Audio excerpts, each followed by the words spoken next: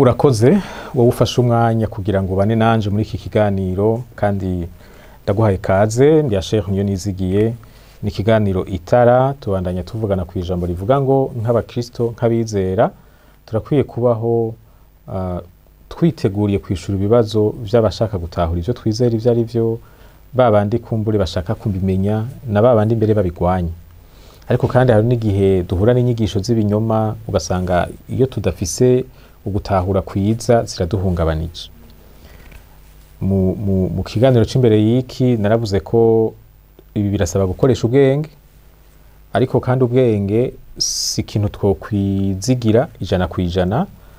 Ivyo dukoresha mu bwenge bikwiye kuba vyisunga ivy'Imana yahishuye, kuko ubwenge bw'umuntu bwarononwe n'icaha, ariko kandi burafise aho bugarukira.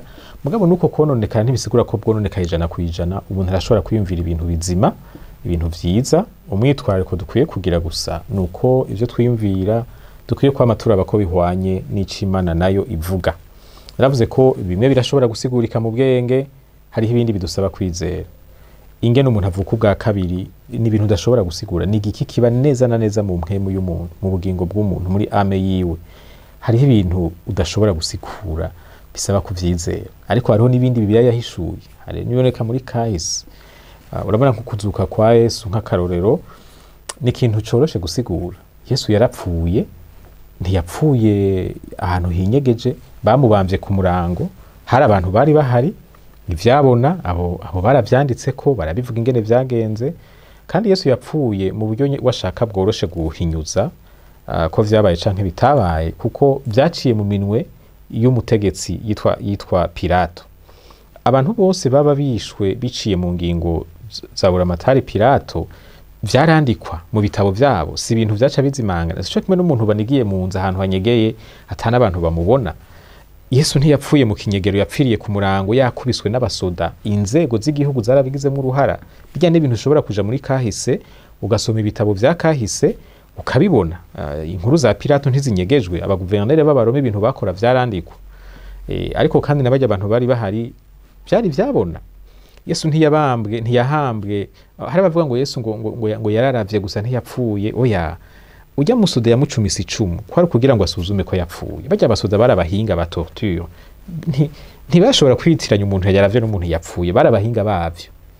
Yaramucumisa icumu arabona ati uyu muntu yapfuye, baramuhamba. Igihe bamuhamba barashizeho n'abarinzi kugira ngo ntahave ngo abigishwa ntibaze kwiba ikiziga ciwe ngo babeshe ngo yazutse.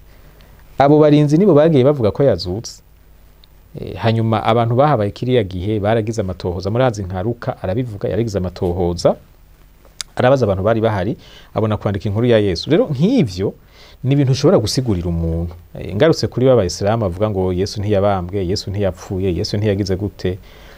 Naho yo batemera Bibiliya, urashobora kumusigurira ko Yesu yapfuye kandi yazutse, kuko si ibintu vyabaye mwibanga, ni ibintu vyakozwe habanje gutanga uruhusha n'umutegetsi waho, ni ibintu vyakozwe n'inzego z'igihugu, n'inzego z'abaroma.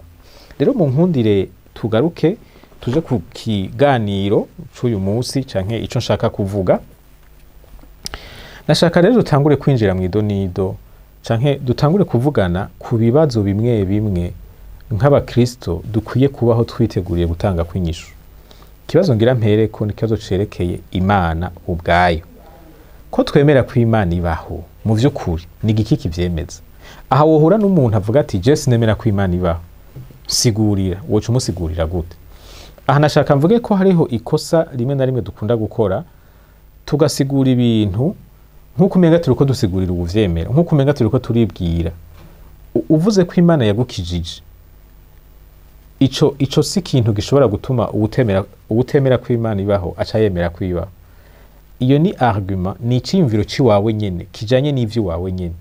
Ujya muntu abakeneye ikintu kidafatanye na wewe, kuko none wewe ko wamaze kuvyizera wewe wumva ibindi buvuga ari biki.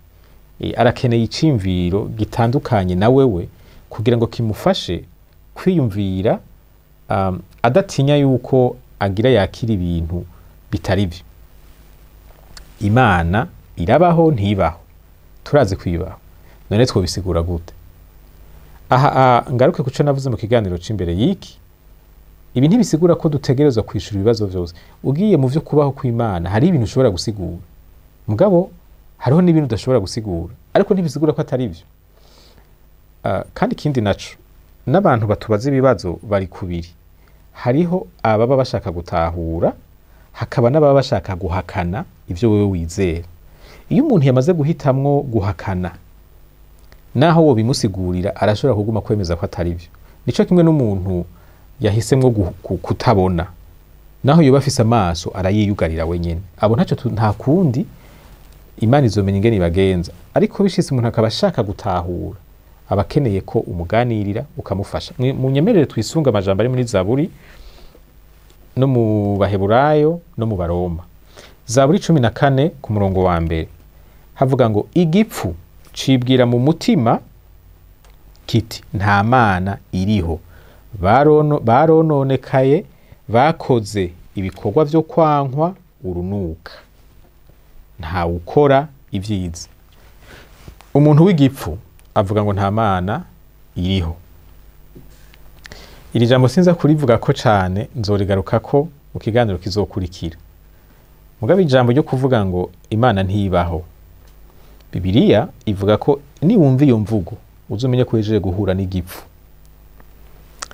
Reka tuje mu Baheburayo, ni igice ca 11 ku murongo wa 6.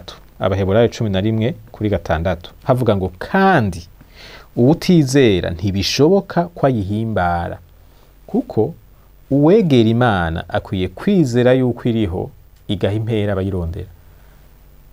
Umuntu ashaka guhimbara Imana, naho yoba atahura ibintu vyose mu bwenge, atizera, uyo ntashobora kumenya Imana, ntashobora guhimbara Imana.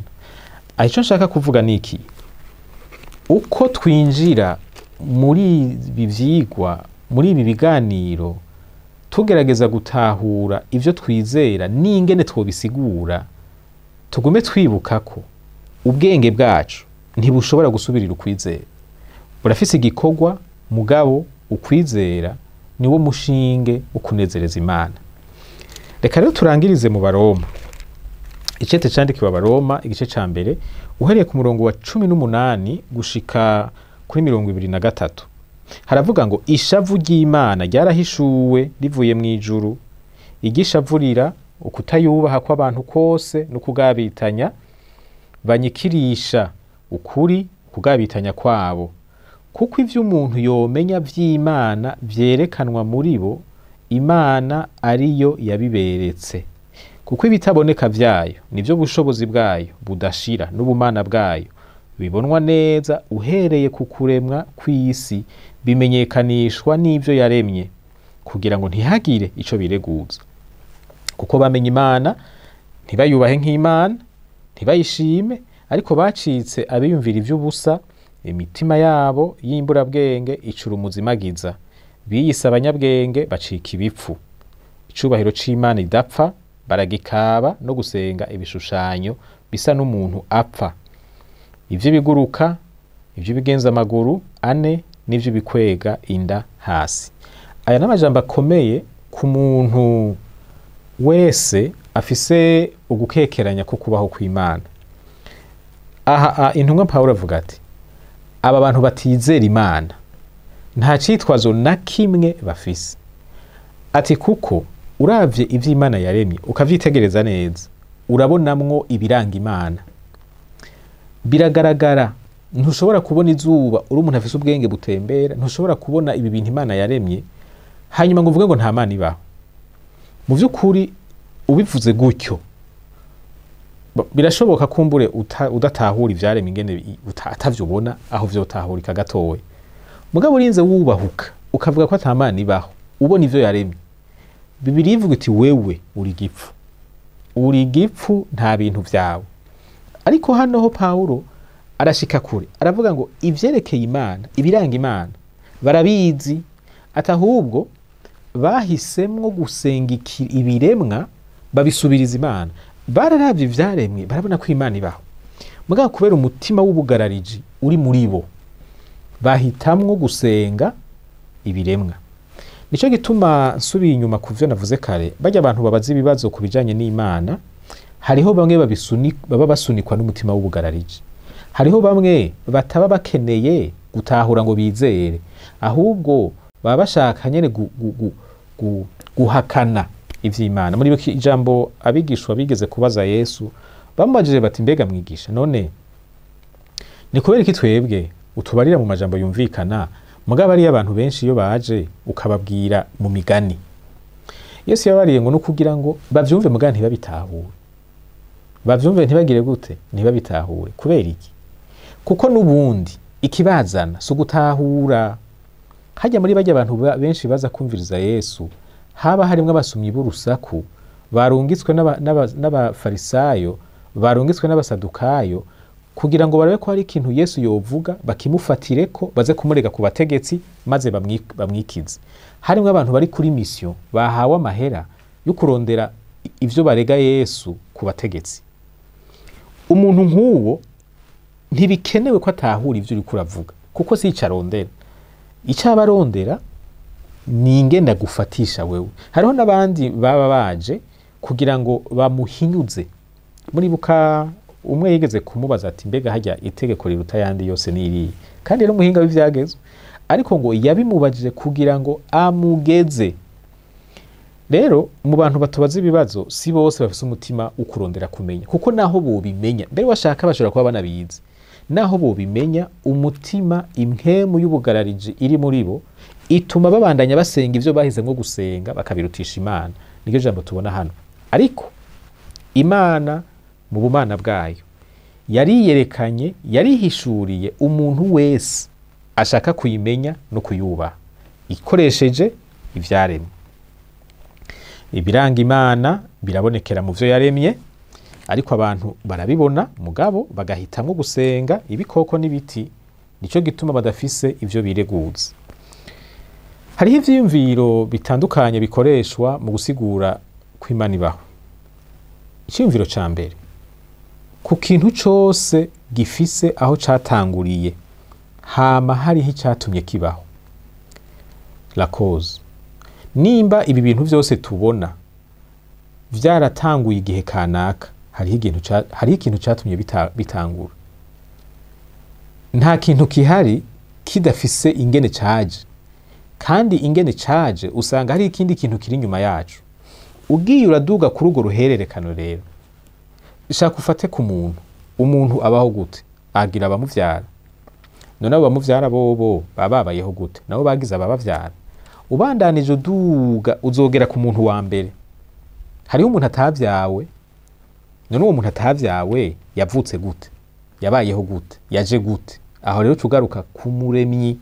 Ikivuze ku muntu wogishira no ku bindi vyose. Nimba ibihari vyarishizeho vyonyene, aha rero niba abandi bahakana Imana, dusha tuja mu kindi kibazo. Ico sinza kukivuga ku uyu munsi, ariko itegeko ngengabuzima ryitwa la loi des causes et des effets rivuga yuko ikintu cyose kihari kirafise icyatumye kibaho. Ico ciyumviro kirahagije kugira ngo umuntu asigure ko Imana ibaho. Ciyumviro ca kabiri, argument ya kabiri, uru rutonde rw'urusobangane ruhanitse cyane tubona mu bidukikije, mu vy'Imana yaremye, gwerekana ko hariho umuremyi adasobwa mu buhinga no mu bumenyi yatumye bibaho. Ntushobora gusigura ingena amasi azunguruka ntasekane, isi kamica hahandi nyene. Ivyo bintu ntibishobora kubaho ata kintu nanka kuvuga umuntu, kubera Imana narengeye kuba umuntu, atamuremyi akomeye mu buhinga n'ubumenyi yabikoze. Uravye ahantu isi iri, uyigije inyuma gato twoca twicwa n'imbeho, ubuzima ntibwoshoboka. Uyegereje hino gato, ndiko ndavuga par rapport au soleil, ugereranije n'izuba, uyisubije inyuma isi yoce bibarafu. Uyigije hino y'izuba yocisha. Byagenze gute ngo isi ibaho ahantu honye n'ubuzima bushoboka? Ugaca uvuga ngo ivyo bintu ngo nta Mana yabikoze. Ico gituma biri biti bipfu. Ica gatatu, mu mitima y'abantu harimo akantu ko gutandukanya iciza n'ikibi. Ibi bintu ntibishobora kwizana, hategereza ko bariho isoko. Iryo soko c'est l'origine de la loi morale, ni inkomoko y'amategeko atandukanye iciza n'ikibi. none iryo soko woca uvuga ngo nirihe? Ni Imana. Ica kane, hariho ibintu biba canke vyabaye mu bantu muri kahise vyerekana vy'ukuri ko Imana ibaho. Dufate nk'abahinga baravuga ivya Yesu, navuze ko muri kahise biragaragara ko Yesu yishwe azira ubusa kandi akazuka, bibagora gusigura gusa mugabo baravyemeza, mugabo uje muri Bibiliya uca ubona ivyo ari vyo. Hariho abantu bahinduwe no kwizera, inkoni zari zarananiwe, inyigisho zari zarananiwe, gucungwa vyari vyarananiwe, abantu badashobotse imbere n'inyuma hasi hejuru nawe ushobora kububaza, mugabo bahuye n'umuco w'agakiza barahindukira. Hamwe wibaza uyu muntu ni wa wundi narinzi, ubwo bubasha buhindura, wibaza ko ari ibintu vy'ibihamana gutyo nyene. Ni ibi rero umuntu ashobora kwisunga mu gusigura igituma Imana ibaho. Ariko nk'uko nabivuze n'ubumbana ndabivuga, iki ni ikiganiro kirekire, reka ngarukirize hano kuri iki. Ndagukengurukira ku mwanya wawe wafashe, ndagusaba ngo uzubane nanje mu bizoja birakurikira. Hariho vyinshi cyane vyo kuvugana, ni byiza ko tubaho turi ekipe, dushobora kwishura umuntu wese atubajije, ubuzazanirwa tumusigurira. Imana iguha umugisha.